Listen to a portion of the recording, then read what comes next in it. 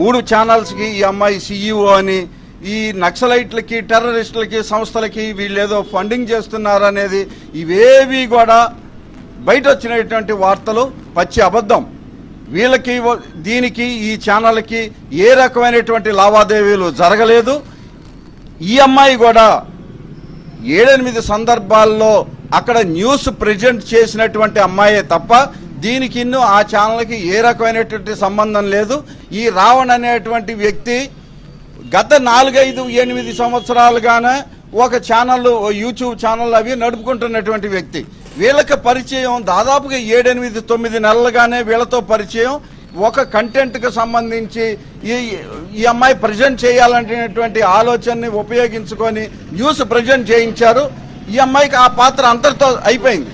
అలాగే ఇంద్రసేన అనే ఆయనకు కూడా ఆ రూమ్ ఇవ్వటం వరకు బాధ్యత తప్పించి ఏ రకమైనటువంటి లావాదేవీలు జరిగినాయి, ఆర్థిక పరమైనటువంటి లావాదేవీలు జరిగినాయి అని అనటానికి ఒక్క ఆధారం కూడా ఇవాళ వరకు కనిపెట్టలేదు. ఏ ఒక్క ఆధారం కూడా దొరకలేదు. నమస్కారం అండి, దిస్ ఇస్ #you. గమన కేసులో మొత్తం ఎదురు తిరిగింది. డామిట్, కథ మొత్తం ఎదురు తిరిగింది. ఏంటంటారా? గమనాన్ని పెనమలూరులో పోలీస్ స్టేషన్లో ఇన్వెస్టిగేట్ చేస్తున్నారు.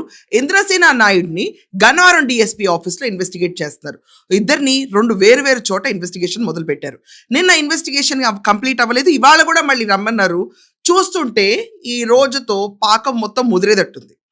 ఇక్కడ గమనాతో పాటు వాళ్ళ అడ్వకేట్ కూడా ఇన్వెస్టిగేషన్కి అటెండ్ అయ్యాడు. అతనేమంటున్నాడు, అసలు గమనాకి రావణ్కి సంబంధమే లేదు, అసలు ఈ ఛానల్తో గమనాకి సంబంధమే లేదు, అసలు ఇంద్రసేన నాయుడు వెనకమాల వైసీపీ లేదు, ఇది ప్యూర్ టీడీపీ, రాష్ట్రం అంతా తెలుసు, టీడీపీ వాళ్లే వీళ్ళని చెప్పి స్టేట్మెంట్స్ చేస్తాడు. గమన కూడా లోపల ఇన్వెస్టిగేషన్ పెద్దగా కోఆపరేట్ చేయలేదంట. నిన్న ప్రతి దానికి నాకు రావణ్తో సంబంధం లేదన్న కొత్త స్టాండ్ తీసుకుంది. అసలు రావణ్నే కాదు, ప్రశ్న ఛానల్తో కూడా నాకు సంబంధం లేదన్న కొత్త స్టాండ్ తీసుకుంది. ఇది పెద్ద టర్నింగ్ పాయింట్గా మారింది. ఇది కాకుండా ఆవిడ మొబైల్స్ అన్ని లాక్ చేసి మొన్న సరెండర్ చేసిందంట. నిన్న వెళ్ళినప్పుడు పోలీసులు ఫారెన్సిక్కి తీసుకెళ్లి దాంట్లో ఉన్న ఇన్ఫర్మేషన్ అంతా తీసి బయట పెట్టి వాటిని ముందు పెట్టి ప్రశ్నించడం మొదలుపెట్టిన తర్వాత నీళ్లు నమిలేశారు ఇద్దరు. ఇంద్రసేన నాయుడు, గమన ఇద్దరిని 2 వేరు చోట్ల పెట్టారు. ఈ ఫోన్లో చాలా చాలా అభ్యంతరకరమైన వీడియోలు బయటకు వస్తున్నాయంట. ఇంకా అవేంటి, ఎలాంటి అభ్యంతరకరమైన వీడియోలు అన్న విషయం బయటకు వెల్లడించట్ల పోలీసులు. కానీ చాలా షాకింగ్ వీడియోస్ మాత్రం బయటకు రిలీజ్ అవుతున్నాయి. ఈ షాకింగ్ వీడియోస్ కంటెంట్లోకి వెళ్తే ప్రశ్న రావణ్ ఫోన్లో రిలీజ్ అయినంత డర్టీగా ఉంటాయా, లేకపోతే ఎవరైనా థ్రెట్ చేసి బెదిరించి మనీ ఎక్స్టార్షన్కి సంబంధించిన వీడియోలు ఉంటాయా? ఇది ఇక్కడ పెద్ద క్వశ్చన్ మార్క్. ఎంత లేదు, నాకే సంబంధం లేదని గమన అన్న పోలీసులు ఇన్వెస్టిగేట్ చేసిన రిపోర్ట్స్ అని తన ముందు పెట్టినప్పుడు తను నీళ్లు నమ్మటం మొదలు పెట్టేసింది. ఎక్కడ తన ఇన్వెస్టిగేషన్ కోఆపరేట్ చేయకపోతే కస్టడీలోకి ఫోర్సబుల్గా తీసుకోవాల్సి వస్తుందని పోలీసులు భావిస్తున్నారు. ఇవాళ శనివారం, ఒకవేళ ఇవాళ కస్టడీలోకి తీసుకుంటే సోమవారం దాకా బెయిల్ రాదు. గమన, ఇంద్రసేన నాయుడు ఇద్దరికి ఉచ్చు గట్టిగా బిగుస్తుంది.